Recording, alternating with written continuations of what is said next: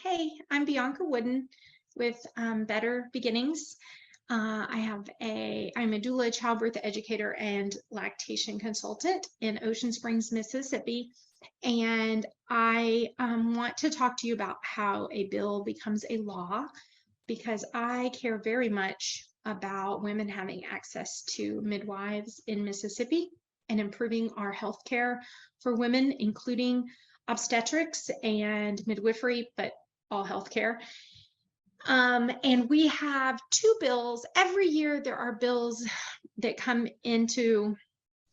get introduced that impact how healthcare is delivered in the state of Mississippi. This year, 2023, we have a couple of bills that are really critical. So I want to, of course, in school, we learned how a bill becomes a law, but it is, when you're in the actual process of it, it feels different than learning it at school. So I just want to explain it to you. And if you care about a bill like the ones that are introduced this year, what you can do to have an impact, the greatest impact. So let's, I'm not a lawyer. I'm not a lobbyist. I am just a person that cares about this and knows a little bit just from my past involvement. So I thought I'd share my knowledge. I'm also not a YouTuber, so I don't do great making these videos, but I do okay. So let's share my screen here. I just made another video, which I will link to if you want to go back to it, explaining briefly what these bills are that are being introduced. So skipping over that, let's say you have feelings about these bills or any bill that's introduced in the state legislature. So every year, our state legislature introduces lots of measures, they're called.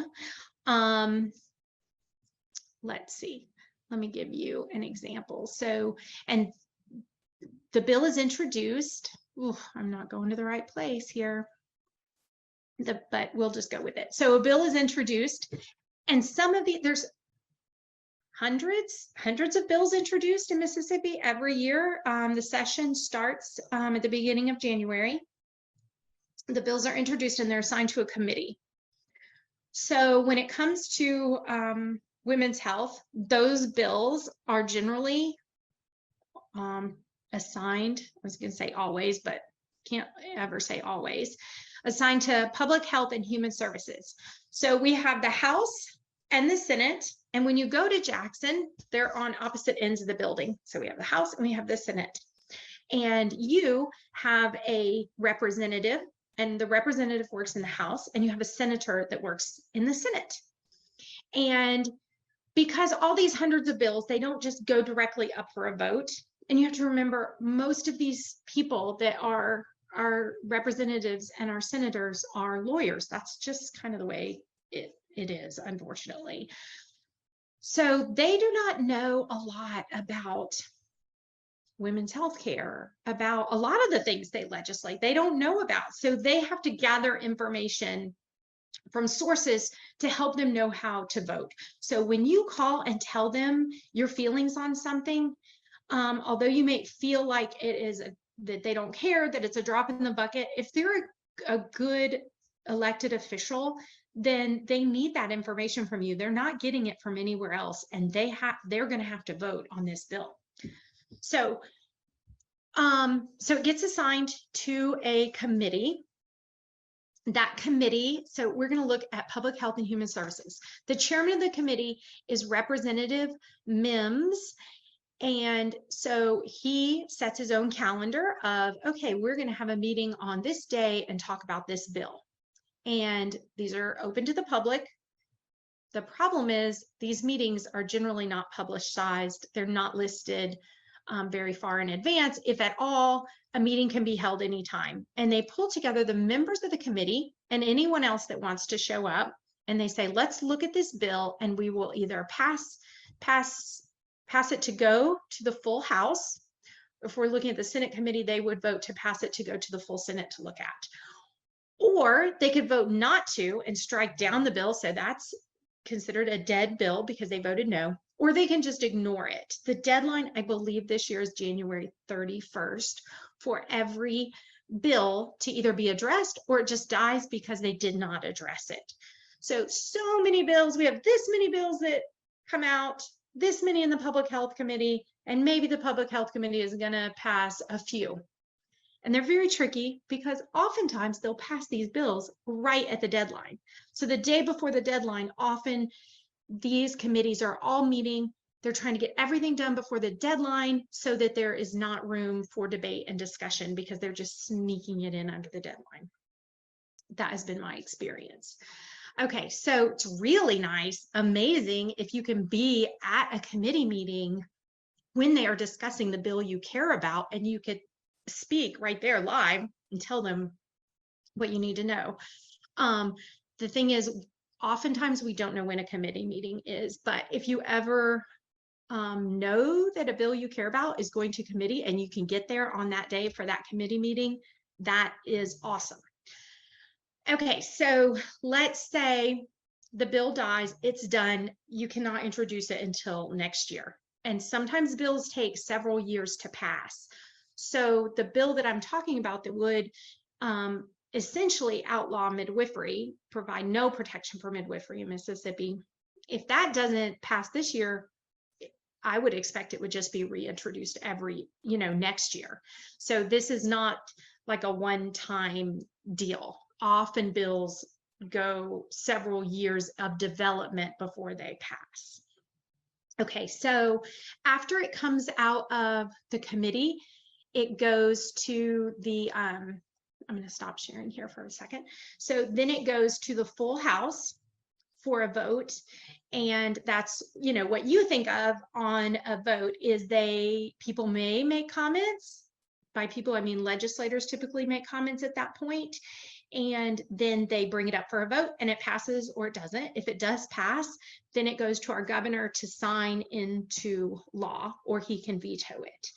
So where I thought that my representative is Hank Zuber, my senator is Bryce Wiggins. If I just tell Hank Zuber, hey, midwifery is really important to me, we don't want to incidentally outlaw it, please do not vote for this. He only has like one opportunity where he can just vote no. But as you saw in this particular bill, it is full of all kinds of other things. The midwifery aspects just kind of, one little part of it.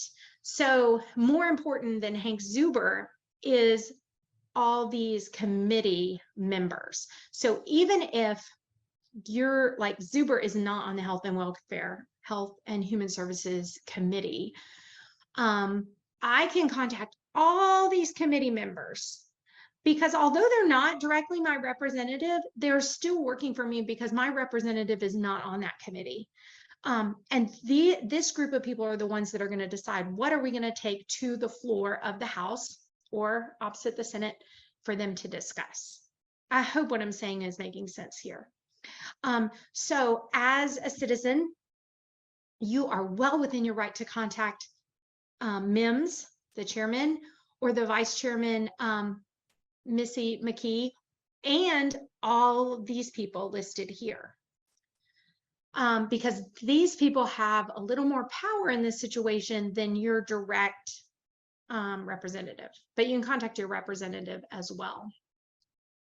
Okay, so here is the bills, and let's say, okay, so this bill that I have pulled up, this is the other one that licensed midwives, and let's say you do want to license midwives. Right here is telling you who is sponsoring the bill.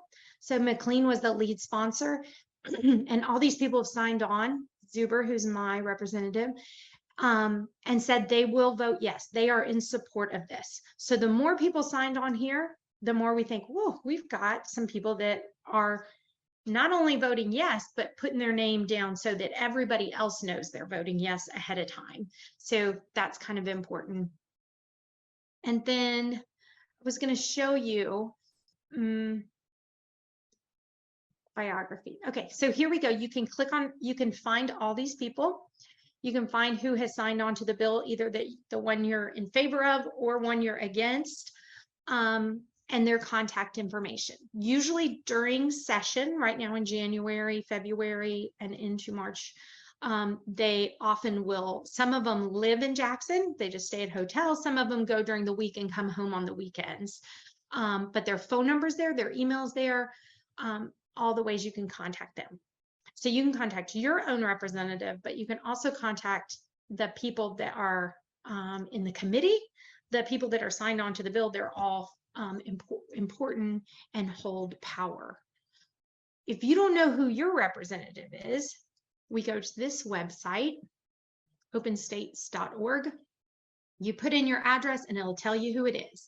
And then you go back over to the Mississippi Legislature website and you go here and you find, here is Zuber, the last one. This is my guy, he's from Ocean Springs. Okay, so I've talked with him enough that he should know who I am. If I call Mims, I've talked with him a lot, but he probably doesn't know who I am. But we can find him on here. He is the chairman of the House committee.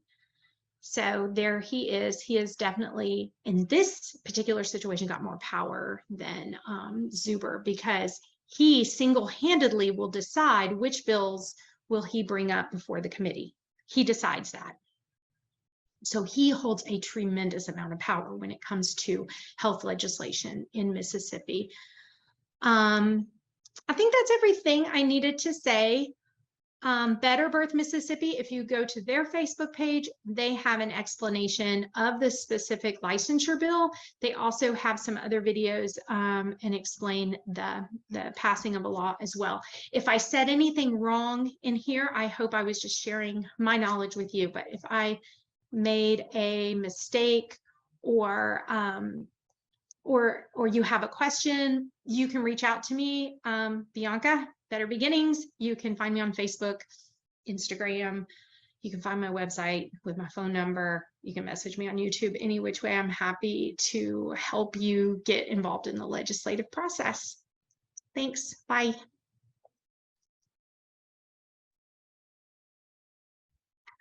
Okay, so I thought that was the end of what I needed to say, and I realized I had forgotten stuff. So let me add on, continue.